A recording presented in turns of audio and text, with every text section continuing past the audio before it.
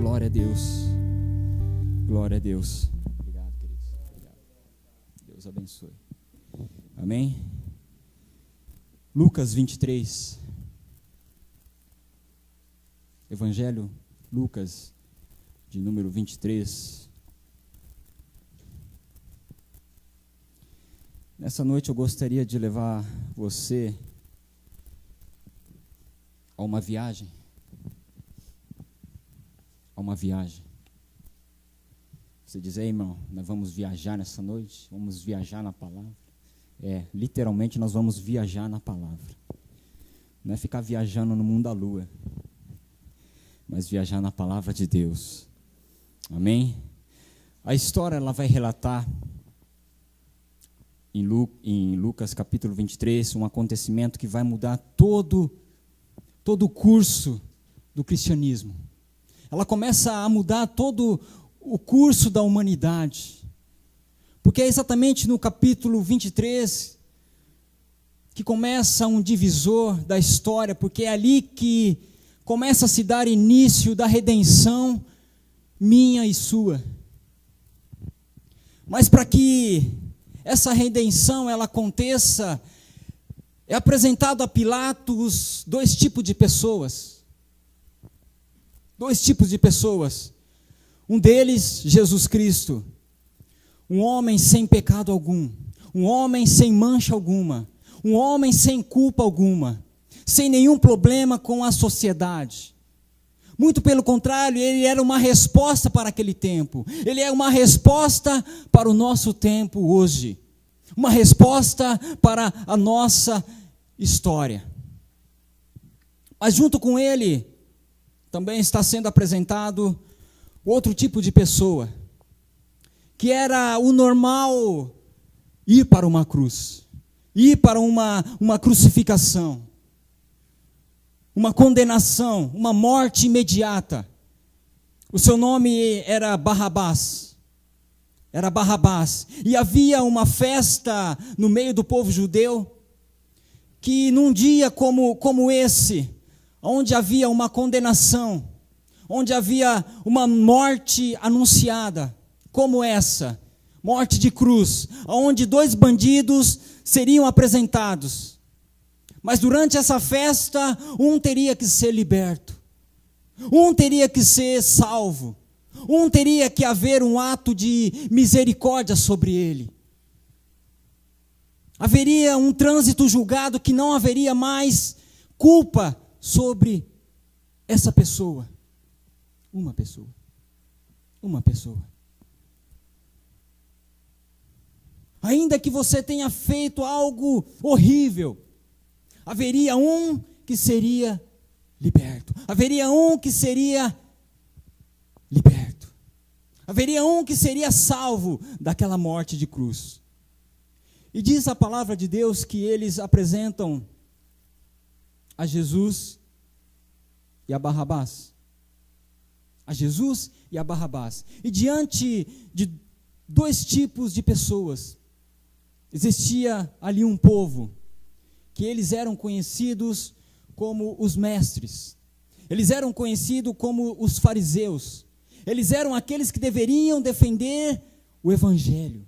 Eles eram aqueles que deveriam defender a palavra de Deus.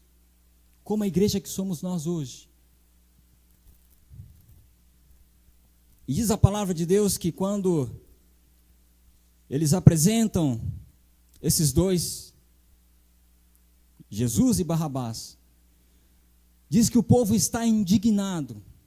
O povo está indignado com a pessoa de Jesus Cristo. Porque Jesus, ele causava avivamento. Jesus, o avivamento, ele vai de encontro a muitas coisas que eu e você nós colocamos na nossa história, na nossa vida. Avivamento vai bater de frente com o tipo de vida que eu e você muitas vezes nós levamos. Avivamento, ele vai de encontro com os nossos dogmas, com as nossas crenças, com as nossas doutrinas, com os nossos conceitos, ou com os nossos achômetros, se podemos dizer assim. E Jesus era esse tipo de avivamento. E esse tipo de avivamento incomoda. Incomoda. Barrabás, por outro lado, ele era um assassino. Ele era um assassino, ele havia matado alguém. E isso era algo muito sério naquela época. Talvez você diz, mas só naquela época, irmão? Não, hoje também. Mas hoje parece que tornou uma banalidade. Matar uma pessoa, assassinar uma pessoa. Nós temos o diácono Cláudio. Ele fez direito. Fez faculdade de direito. E numa das aulas, né, ele já compartilhou isso. Uma das aulas que havia era na prática. Eles iam lá para o fórum, eles iam lá diante do juiz, né, participar daquele julgamento. E muitos desses julgamentos que o irmão participou, né, quando o juiz interrogava o réu, aquele que seria julgado, perguntas como do tipo, por que você matou essa pessoa? O que te levou a matar essa pessoa? Sabe o que a pessoa falava? Eu via somente como um alvo. Eu via somente como um alvo. Eu não via ela como uma pessoa, mas eu via algo como um alvo que eu teria que acertar. Então nós podemos ver que matar alguém nos dias de hoje talvez tenha se tornado uma banalidade, algo tão comum, algo tão natural, mas naquela época não. Era algo muito sério, muito sério. E Barrabás está ali, pronto para ser crucificado, porque ele havia matado uma pessoa, ele havia assassinado uma pessoa. Mas o povo, olhando para esses dois tipos de pessoas, no capítulo 23, no verso de número 18, diz o seguinte,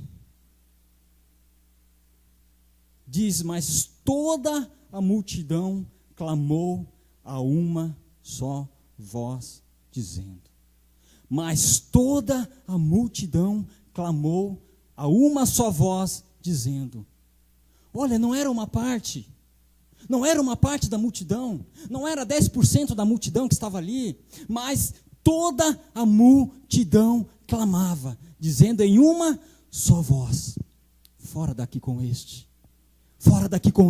e solta Barrabás, Barrabás, ele aparece na história agora por algumas vezes e começa a citar o seu nome. Nós estamos falando do dia que Jesus seria condenado para a cruz. E de repente aparece Barrabás. E ele entra na história. E ele era para ser apenas um coadjuvante. Ele era, de repente, se torna o ator principal. Barrabás, ele era para ser apenas talvez um figurante. Mas de repente, ele se torna o protagonista da história. De repente, aquele que era para ser apenas uma passagem de cena, ele se torna a cena principal. Barrabás se torna a cena principal. Todos começam a dizer, mate a Jesus e solte Barrabás. Solte Barrabás. Agora, por que soltar Barrabás? Por que soltar uma pessoa que havia assassinado alguém, uma pessoa que havia sido condenada pelos seus atos, pelas suas atitudes? Por que soltar Barrabás? Se Jesus era aquele que havia curado pessoas, ressuscitado, trazendo vida às pessoas, aquele que havia trazido paixão para as pessoas, era aquele que tocava no cego e o cego voltava a enxergar, que estendia a sua mão para o paralítico, ele se levantava e começava a andar. E de repente,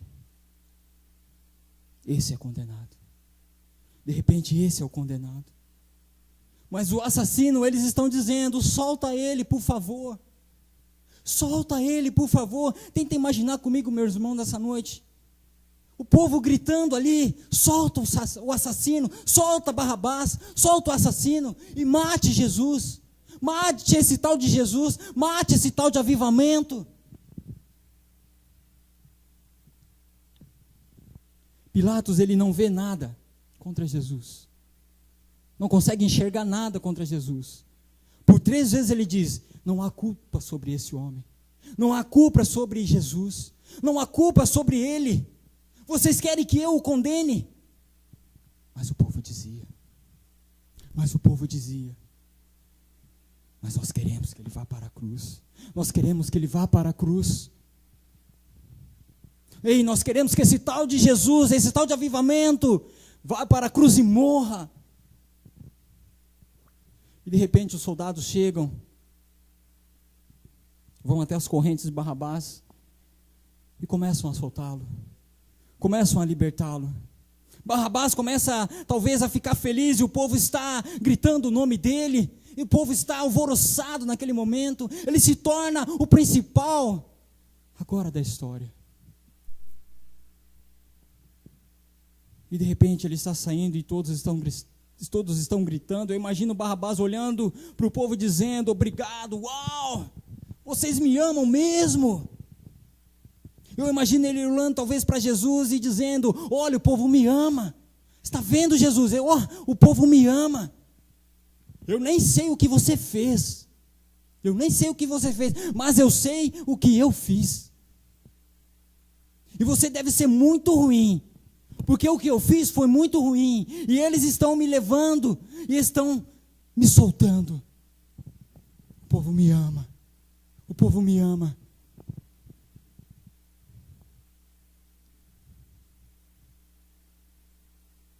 Esse era o contexto. Isso era o que estava acontecendo naquele momento. E aí nós podemos começar a entender o que acontece ali, o que aconteceu ali era um propósito de Deus. Era um propósito de Deus. Porque Deus conseguia tratar Jesus como um Barrabás para matá-lo. Ele seria capaz de tratar um Barrabás como Jesus e dar a liberdade. E pensando dessa forma, o Barrabás sou eu. O Barrabás é você. Somos nós. Que por muitas vezes, com toda a culpa, o Senhor, Ele se pôs no meu e no seu lugar. E disse: eu vou no teu lugar. Eu morro por você. Eu sofro por você. Você não tem mais o que sofrer. Você vai ser liberto, você vai ser livre. Porque eu vou tomar o seu lugar. Porque eu vou te salvar, porque eu vou te libertar. Porque as correntes da sua vida vão ser libertas.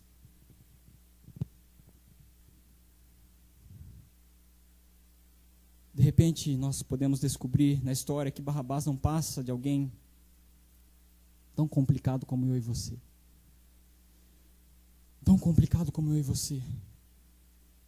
Esse homem sequer agradece a Jesus. Nós olhamos na palavra de Deus e ele nem sequer agradece a Jesus. Obrigado, viu, Jesus? Se você não estivesse aqui, eu ia morrer. Eu ia para aquela cruz. Sabe, queridos, como muitos de nós, quando Deus, Ele nos abençoa, quando Deus, Ele abre as portas, quando Deus, Ele dá-nos uma bênção, nós achamos que foi por causa da nossa capacidade, nós achamos que foi por causa da nossa força, foi por causa do nosso talento, nós achamos que foi por causa daquilo que somos em Deus. O sucesso da minha empresa, o sucesso dos meus negócios, o sucesso do meu trabalho, é porque eu sou o cara, é porque eu sou a cara. Não existe isso. E de repente Jesus está na cruz dizendo: pode achar sim que você é alguém, pode achar, mas eu morro por você, eu me dou por você, eu vou morrer para que você viva algo incrível em Deus. Eu vou ficar sem a fama, não tem problema.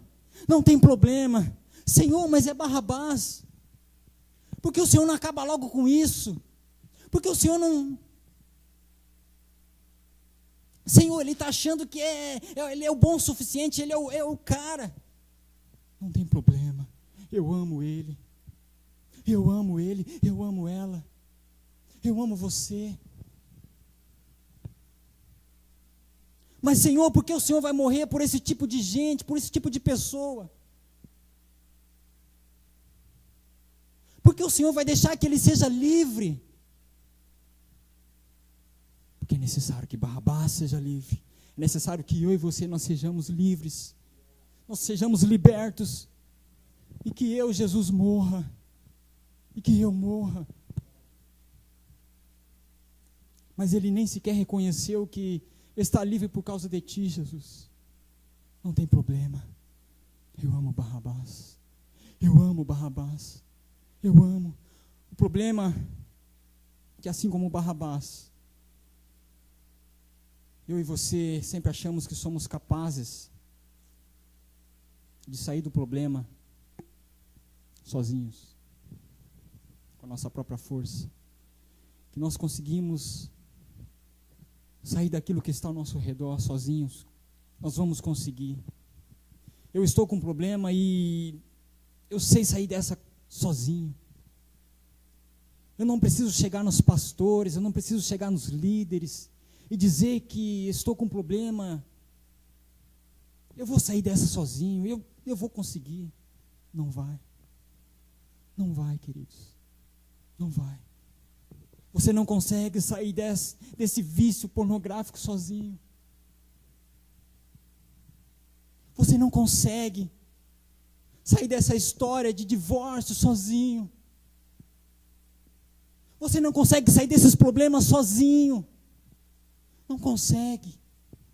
Não consegue.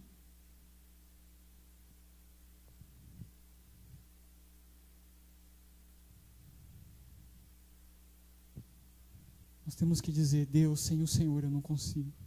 Nós temos que reconhecer: Deus, sem o Senhor eu não vou conseguir. Eu não vou conseguir. Me põe na cruz contigo, Senhor. Faz por mim, faz pela minha casa o que eu não posso fazer. Faz, Senhor. Eu não vou conseguir sozinho se o Senhor não me ajudar. Eu não vou conseguir sair dessa sozinho se o Senhor não for pela minha causa. Porque eu posso fazer cara de crente na igreja, mas eu sei quem eu sou lá em casa. Nós sabemos quem nós somos lá em casa. Se o Senhor não me ajudar, eu não vou conseguir sair dessa. Eu não vou conseguir sair dessa. Se o Senhor não tocar na minha casa, no meu casamento, nós não vamos conseguir sair dessa sozinhos. Nós não vamos. Se o Senhor não for o Senhor da nossa história, nós não vamos conseguir sair dessa. Não vamos, queridos. Você não consegue. Não consegue. Mas hoje Deus, Ele está nos dando uma chance de nós dizermos: Senhor, o Senhor tem que ser o Senhor da minha vida. Dizemos: Senhor, Tu és tudo para mim. E nós dizemos: Senhor, eu preciso mais que tudo da Tua presença na minha vida, porque sem a Tua presença eu não vou conseguir. Eu não vou conseguir. Se o Senhor não me ajudar, eu não vou conseguir. Mas ouça uma coisa, queridos. Ele tem que ser Senhor da sua vida. Ele tem que ser Senhor da sua história. Para que isso realmente possa fazer diferença, Ele tem que ser Senhor. Quando nós olhamos para a palavra de Deus, e quando nós vamos lá para o início, lá em Gênesis capítulo 2, Eva caiu por trocar o nome de Deus. Eva caiu por trocar o nome de Deus. Se você for em Gênesis capítulo 2, você vai perceber que todo o capítulo 2, você vai ver sempre uma citação. não fala que Deus falou. A Bíblia não diz que Deus fez. Não diz que Deus ordenou. Mas o que diz aí? Então o Senhor Deus fez. Então o Senhor Deus ordenou.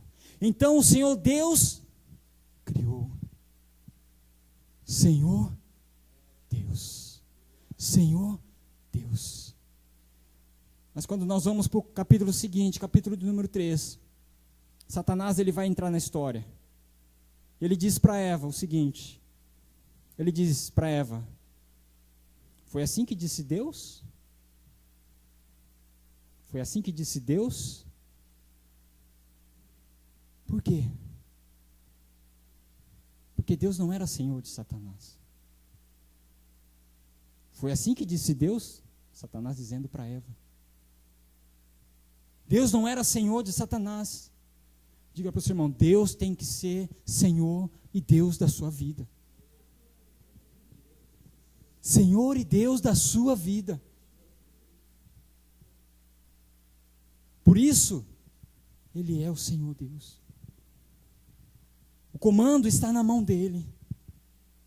O controle está na mão dEle. Ele é Senhor e Deus. Quando nós reconhecemos Ele como Senhor, nós estamos dizendo, ao mesmo tempo, que a nossa vida não pertence mais a nós. Que estamos totalmente entregues ao Senhor. Um escravo, quando servia ao seu senhor, o que o escravo podia fazer? A não ser as ordens. Nada mais. A não ser as ordens do seu senhor. Nada mais. Então nós temos que dizer: o Senhor é Deus. O Senhor é Deus. Nós estamos nos entregando totalmente a Ti, Senhor. Nós estamos reconhecendo que nós não estamos aqui mais com as nossas próprias vontades. Não é mais eu quem mando, mas é o Senhor quem manda na minha vida. É o Senhor que controla a minha vida. Porque aí Satanás ele muda o argumento. Foi assim que disse Deus? Aí Eva cai. Aí Eva cai. Como que Eva cai? Ó, Eva dizendo: então não foi assim que disse Deus. Ela teria que dizer: não foi assim que disse o Senhor Deus. Não foi assim que disse o Senhor Deus. Ela teria que ter dito: foi assim que disse o Senhor Deus. Mas ela disse: foi assim que disse Deus. Caiu. Temos que reconhecer que Ele tem que ser Senhor da nossa vida, que Ele tem que ser Senhor da nossa história, Senhor da nossa casa, Senhor do nosso casamento, Senhor da nossa família. Porque se ela tivesse dito Senhor Deus, ela iria se lembrar de que quem manda não era ela, mas era o Senhor, era Deus, era Ele quem determina, é Ele quem determina. Nós não podemos mudar a linguagem com Deus. Não mude a sua linguagem com Deus. Ele tem que ser Senhor da tua vida, pastor da tua vida. Porque, queridos, na nossa vida, é o tipo de combate, de batalha que nós não temos como ficar na frente. Ele tem que ser o nosso general, é Ele que tem que estar à nossa frente, é Ele que tem que estar no controle. Nós temos que dizer: Senhor, guerreia por mim essa guerra. Senhor, guerreia por mim essa batalha, porque eu não consigo. Nós temos que reconhecer isso. Barrabás, ele foi solto e saiu contando vantagem.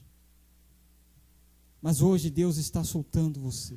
Deus está soltando a cada um de nós. Deus está quebrando as correntes. Deus está liberando as correntes.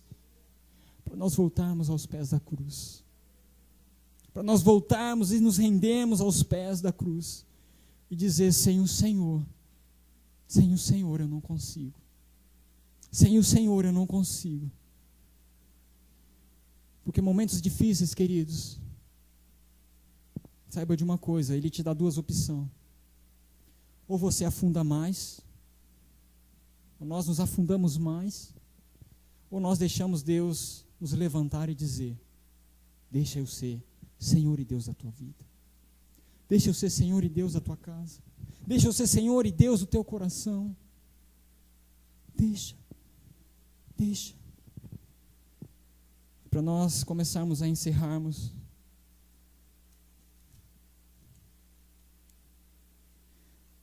Einstein dizia algo interessante. Se nós queremos resultados diferentes, nós temos que parar de fazermos a mesma coisa.